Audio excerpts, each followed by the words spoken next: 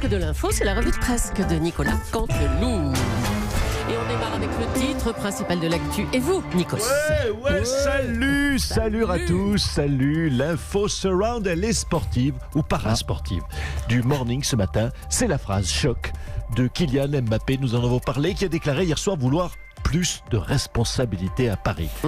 Alors c'est un petit cours d'arabe en fait littéraire pour nous tous ce matin. Responsabilité, c'est donc comme ça qu'on dit argent en qatari.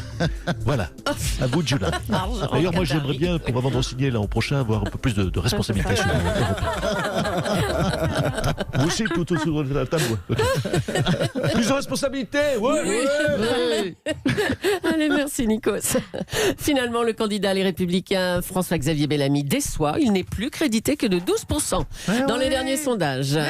Mais bien sûr, 12% parce qu'il a gonflé tout le monde avec sa philo, le philosophe. Alors mords-moi le zboob. Oh, Nadine Morano. Allez, bonjour. Ouais, salut. Ouais, non mais moi, j'ai toujours dit, c'était une connerie de prendre un gars qui fait de la philosophie, un philosopheur. Mais non, c'est une connerie. Hier, le JDD rappelait que lors de ses meetings, Bellamy citait Peggy, Kierkegaard. Mais Kierkegaard, mais oui, mais à force de citer des trucs chiants. Mais c'est ça, d'Acosta. Il a fait fuir tout le monde, ce con. Je pense donc je suis. Mais tu parles, Charles. Je pense donc je suis à 12%, voilà. Alors que Marine, elle, c'est une autre musique, c'est une autre philosophie. C'est je gueule donc je suis à 24%. Mais Bellamy, mais voilà, c'est un beau loser, c'est tout, faut dire les choses. C'est bon, merci Nadine Morano, à bientôt. Merci Nadine Morano. D'accord, calmez-vous. On va revenir maintenant, on va recevoir maintenant celle qui est en tête de tous les sondages, c'est donc Marine Le Pen. Bonjour. Quel enthousiasme. Quel accueil. Bonjour à tous, bonjour madame. Que ça, ce week-end. We simply the best. Oui, si vous permettez. Merci la régie, merci monsieur Romain, qui vote Front National. Le Rassemblement National, monsieur. Je voulais, si vous permettez, dire un grand merci. Un grand merci à qui? Mais écoutez, à l'Eurovision. Oui, à madame Delphine Ernotte, qui a diffusé l'Eurovision, à Israël, qui l'a organisé également. Je voulais dire merci, oui. Merci à Israël. C'est dire si je suis de bonne humeur de dire merci à Israël ce matin. Mais non, mais attendez, mais quel rapport avec l'Eurovision? Pourquoi vous parlez de ça? Ouvrez les yeux.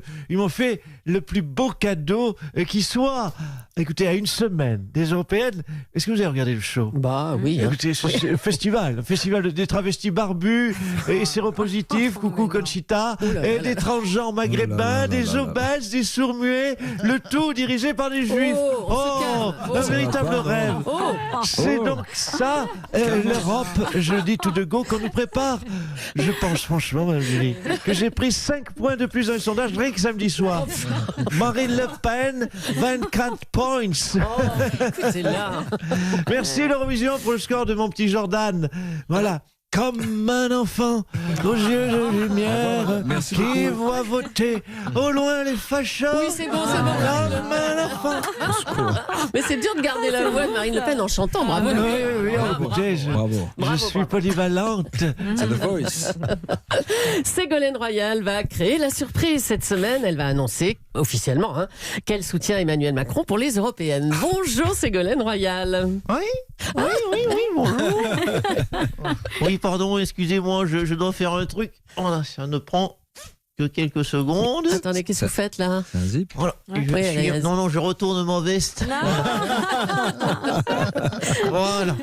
Mais d'abord, j'aimerais avoir une pensée pour cette famille qui souffre, cette famille dans la douleur depuis la terrible nouvelle. Ah oui, la famille de Vincent Lambert, depuis l'annonce de l'arrêt des soins. Non, pas du tout, non, la famille socialiste, depuis l'annonce du soutien de François Hollande.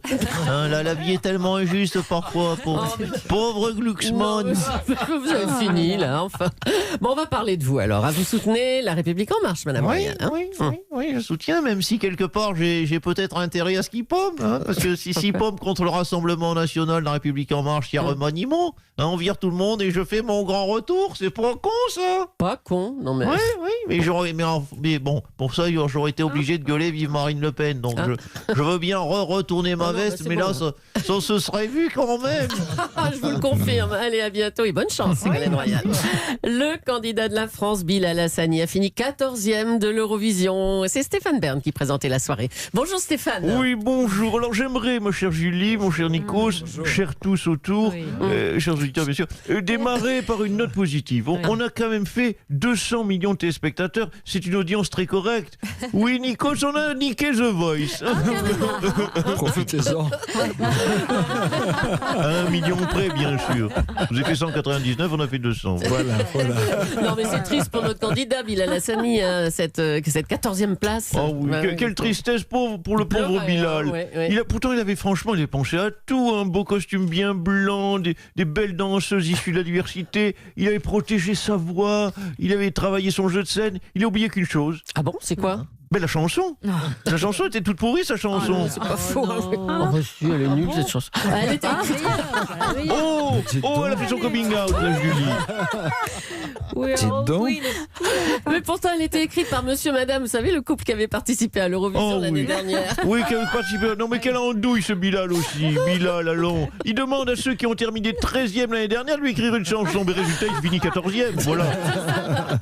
Mais ça fait des mois pourtant qu'on annonce qu'il est favori, que la France allait gagner. Mais qu'est-ce qui s'est passé alors, Stéphane? Qu'est-ce qui s'est passé? Je ne sais pas. Enfin, c'est un classique. On s'est vu trop beau. Alors d'ailleurs, ça c'est une bonne leçon pour Nathalie Loiseau. Toujours penser à la fermer avant une compétition. Parce que quand tu la ramènes et que tu finis 14e, c'est un petit peu la honte. Profil bas, Nathalie, profil bas. Oui.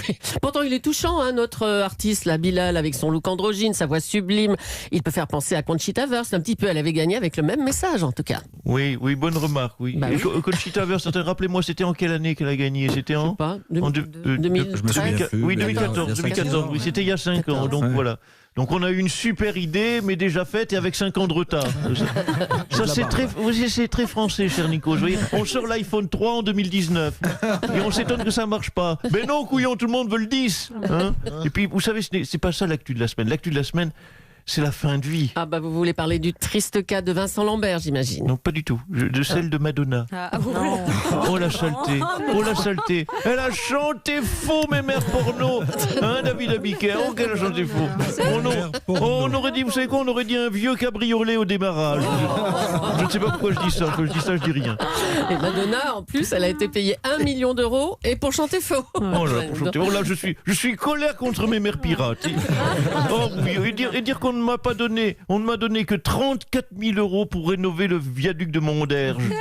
Alors que Madonna a été de multiples fois refaite, de partout, et on lui donne 1 million d'euros. Non mais arrêtez de lui donner, elle ressemble à déjà Sheila. Allez, bon stop pour les commentaires. Merci Stéphane, à bientôt. Le rappeur Nick Conrad, qui avait déjà appelé dans son précédent clip à pendre les blancs, a sorti un nouveau titre dans lequel il déclare cette fois qu'il baise la France, qu'il brûle la France. Et on le voit étrangler une jeune femme. Des hommes politiques de droite sont scandalisés. Il n'y a pas que d'ailleurs, mais notamment vous, Éric Ciotti. Oui, bonjour Madame Julie, Monsieur Adiagas, Madame Dacosta, Monsieur Miquel, Monsieur Cabrol. Merci pour le fou rire de Monsieur Doucan. Écoutez, c'est scandaleux. Tout à l'heure, il a fait de la Oui, il a fait, oui. Vous savez, les gens écoutent l'antenne depuis 6 heures le matin, Monsieur excusez-moi. Je vous en prie. Vous avez bien fait d'intervenir. Monsieur, écoutez, c'est scandaleux. Revenons à nos moutons. Ce rappeur a pourtant déjà été condamné et il récidive. Et le gouvernement, devinez quoi? Eh bien, il n'a rien fait. Monsieur Bapati, d'accord. Nick Conrad veut, je cite, baiser la France. Déjà, les paroles sont nulles. Mais le pire, c'est qu'après, cet abruti va nous dire, à nous, vous n'avez pas compris le second degré. Mais essaye d'en mettre un premier de degré avant de tenter le second. Je le dis, et Dieu sait si ça m'emmerde, je suis d'accord avec Éric Ciotti. Oh bah dis donc, revenons justement à Éric Ciotti. Que pouvait faire le gouvernement contre ce rappeur? Écoutez, Mme Julie, vous savez comme moi, comment on répond à un rappeur? On le clash. On lui clash sa mère avec une instru sauvage et des lyrics de chacal. Voilà. Alors, oui, mais a-t-on vu Christophe Castaner sortir un gros son de hip-hop hardcore et lui niquer sa grand-mère concomitant? Non, jamais. Non, pas en ces termes en tout cas, certainement pas, non. Alors encore une fois, le gouvernement ne fait rien. Oh là là. Donc, qu'est-ce que vous voulez que je vous dise? C'est donc moi qui vais m'y coller. Allez, la régie, balance le son, papa. Nick Conrad, t'aimes pas mon pays? Moi je te clash, CMC Ciotti. Des rappeurs, c'est moi le plus petit. Écoute mon son, tu vas pleurer. Oui, alors normalement, Bravo. on dit pleurer, mais si je disais pleurer, ça rimait pas avec i, donc je me dis que pleurer, on comprend quand même, et donc, hein, oui, continue. Moi, j'aime la France, c'est vachement bien, elle a un héritage chrétien. Nick Conrad, c'est un gros bouffon. Moi, je mets ma chemise dans mon pantalon. Moi, j'aime remplir ma feuille d'impôt. Yo. Voilà, là, je crois que je l'ai bien clashé. Il est bien boulé, là. Vous avez vu? Je sais sortir les muscles, hein, madame. Ça, vous l'avez bien clashé. Hein. Allez, merci Nicolas Canteloup. Plaisir de commencer la semaine avec vous. À demain avec Julie.